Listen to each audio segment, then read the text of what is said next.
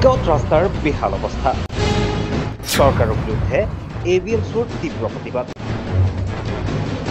চৰকাৰৰ ছুইজাৰলেণ্ড সপোনৰ মাজতেই জমৰ যাতনা ভুগিছে জনতাই। কোকৰাঝাৰ ধুবুৰী সংযোগী পথৰ অন্তৰ্গত কোকৰাঝাৰ জিলাৰ ভোটগাঁও অঞ্চলত পথৰ ভয়ংকৰ অৱস্থা এতিয়া জনজীৱন কষ্টদায়ক কৰি তুলিছে।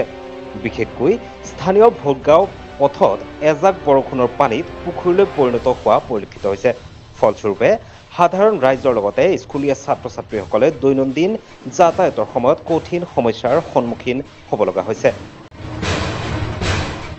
উক্ত পথছোৱা মেৰামতি কৰি যাতায়াতৰ বাবে সুচল কৰি দিয়াৰ বাবে স্থানীয় ৰাইজ ছাত্ৰ ছাত্ৰীৰ সহযোগত ABMCয়ে অসম চৰকাৰ তথা BTC চৰকাৰৰ বিৰুদ্ধে প্ৰতিবাদ সাব্যস্ত কৰি আকাশ বঁটা উত্তাল কৰি তোলে।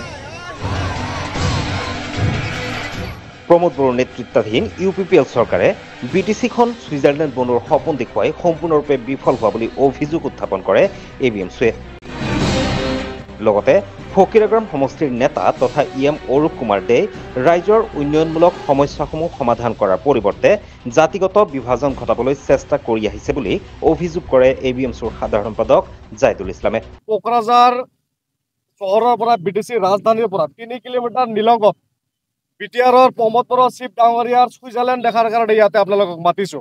কাৰণ প্ৰমোদ বড়ো ডাঙৰীয়া BTRখন ছুইজাৰলেণ্ড বনাই দিয়াৰ সপোন যেনেকৈ BTRবাসী ৰাইজক দেখাইছিল আৰু এই আমাৰ এই ভটগাঁওবাসী ৰাইজে তথা এই কোকৰাঝাৰ আৰু ধুবুৰী জিলাৰ সংযোগী মূল পথৰ যিখিনি ৰাইজে এই পথেৰে অহা যোৱা কৰে, সদায় ৰাইজে এই পথেৰে হাজাৰ হাজাৰ ৰাইজে অহা যোৱা কৰে, স্কুলীয়া ছাত্ৰীসকলে অহা যোৱা কৰে, ছাত্ৰসকলে অহা যোৱা কৰে, বিভিন্ন চিকিৎসাক ল'বলগীয়া ৰোগীয়ে অহা যোৱা কৰে। এই ভটগাঁও অঞ্চলৰ ৰাইজে আমি বা এই অঞ্চলৰ অহা যোৱা কৰা ৰাইজে কেনেকুৱা দুৰ্যোগ ভুগিবলগীয়া হৈছে আপোনালোকক ইয়াতে আমি দেখালো।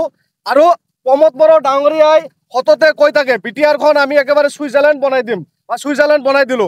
আজি কোকৰাঝাৰ চহৰৰ পৰা মাত্ৰ 3 কিলোমিটাৰ নিলগতে এই অঞ্চলৰ মানুহখিনিক একেবাৰে সাগৰৰ মাজত ডুব দিয়াৰ ৰাখাৰ যি পৰিৱেশ, আমি সাগৰৰ মাজতে ডুবি যোৱাৰ পৰিৱেশত আছো।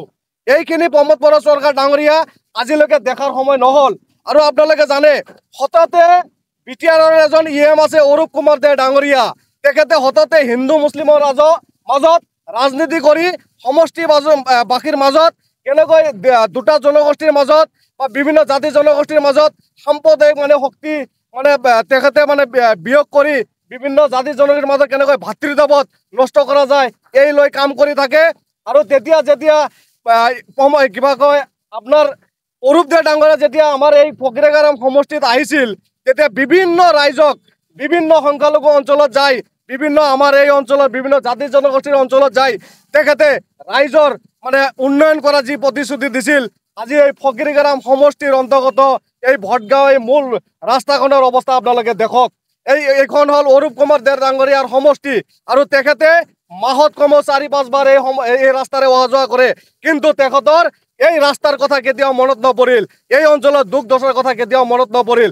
আপোনালোকৰ জৰিয়তে অৰূপ কুমাৰ দে ডাঙৰীয়া সকীয়াই দিছো, আপুনি অনাগত দিনত যেনেকৈ যোৱা দিনত এই ফকিৰাগ্ৰাম অঞ্চলৰ মানুহখিনিক লৈ ৰাজনীতি কৰিল, এই অঞ্চলৰ মানুহখিনিক আপুনি সততে এতিয়া যেনেকৈ বিভিন্ন জাতি জনগোষ্ঠীৰ মাজত ভাতৃত্ববোধ নষ্ট কৰাৰ কাৰণে আপুনি কাম কৰি আছে, ইয়াতকৈ এই অঞ্চলৰ মানুহখিনিক যেনেকুৱা প্ৰতিশ্ৰুতি দিছিল ইয়াৰ কাৰণে আপুনি কাম কৰক।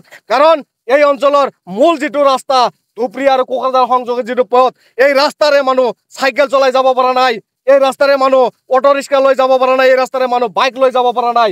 এই ৰাস্তাখনৰ প্ৰতি আপুনি গুৰুত্ব দিয়ক। অকল আপুনি হিন্দু মুছলিম আৰু বিভিন্ন জাতি জনগোষ্ঠীৰ মাজত ভাতৃত্ববোধ নষ্ট কৰাৰ কাম কৰিলে নহ'ব, ৰাইজৰ উন্নয়ন কাম কৰাৰ কাৰণে আপোনাক আহ্বান জনাইছো। আৰু কোকৰাঝাৰ জিলা আয়ুক্ত মহোদয়ক আপোনালোকৰ জৰিয়তে আহ্বান জনাইছো, কাৰণ আমি জনা মতে আয়ুক্তৰ জৰিয়তে বিভিন্ন ফাণ্ড থাকে, কিন্তু আয়ুক্ত মহোদয়ে এইখিনিৰ ওপৰত গুৰুত্ব দিয়া নাই। আৰু আপোনালোকৰ জৰিয়তে আজি আপোনালোকে ইয়াতে চাইছে আমি ভটগাঁওবাসী ৰাইজে তথা স্কুলৰ ছাত্ৰ ছাত্ৰীয়ে আমি সদৌ BTC সংখ্যালঘু ছাত্ৰ সন্থা ABMCয়ে আক্ৰাসুৱে বিভিন্ন জাতি জনগোষ্ঠীৰ দল সংগঠনে আৰু ইয়াৰে ষ্টুডেণ্টখিনিৰ লগত লৈ আজি ইয়াতে অৱৰোধ কৰাৰ পৰিস্থিতি পৰিছে আৰু অনাগত দিনত যদি অৰূপ কুমাৰ দে ডাঙৰীয়া যদি এক সপ্তাহৰ ভিতৰত এই যিটো আমাৰ ইয়াতে পানীৰ যি যন্ত্ৰণা ইয়াতে যে ৰাস্তাৰ যি যন্ত্ৰণা ইয়াৰ যদি নিৰ্মূল নকৰে তেনেহ'লে অনাগত BDC নিৰ্বাচনত অৰূপ কুমাৰ দে ডাঙৰীয়াক আমাৰ এই অঞ্চলৰ গাঁওবিলাকত প্ৰৱেশ নিষিদ্ধ কৰাৰ কাৰণে কিন্তু আমি বাধ্য হ'ম।